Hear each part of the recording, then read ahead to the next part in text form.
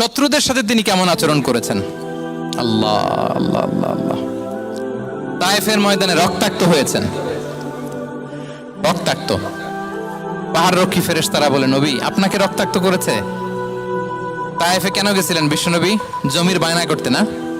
তায়েফে জমি কিনতে গেছিল না?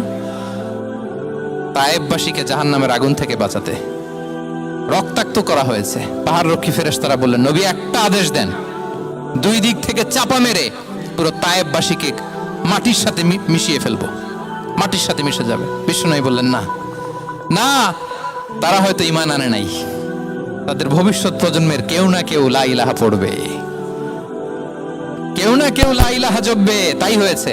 তায়েফে যদি যান, আল্লাহু আকবার, মসজিদ আর মসজিদ, শান্তি আর শান্তি। আল্লাহু আকবার। আমি কেমন করে, আল্লাহু আকবার।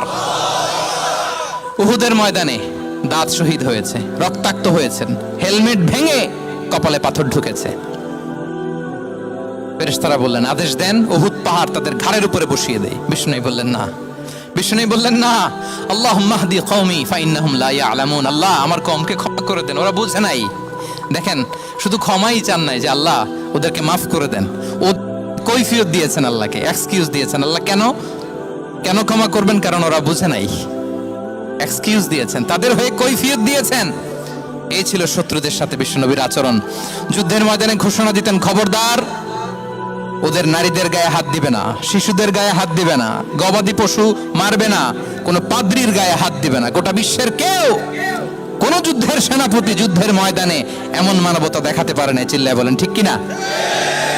অষ্টম হিজরিতে মক্কা বিজয়ের দিন থারথার করে কাঁপছিল কুরাইশরা যে আজকে তো আমাদেরকে ক্যাপিটাল পানিশমেন্ট দিবে, ডেথ পেনাল্টি দিবে। বিষ্ণু বললেন, না, লা তাসরিবা আলাইকুমুল ইয়াউম ইযহাবু ফাআনতুমুত তুলাকা।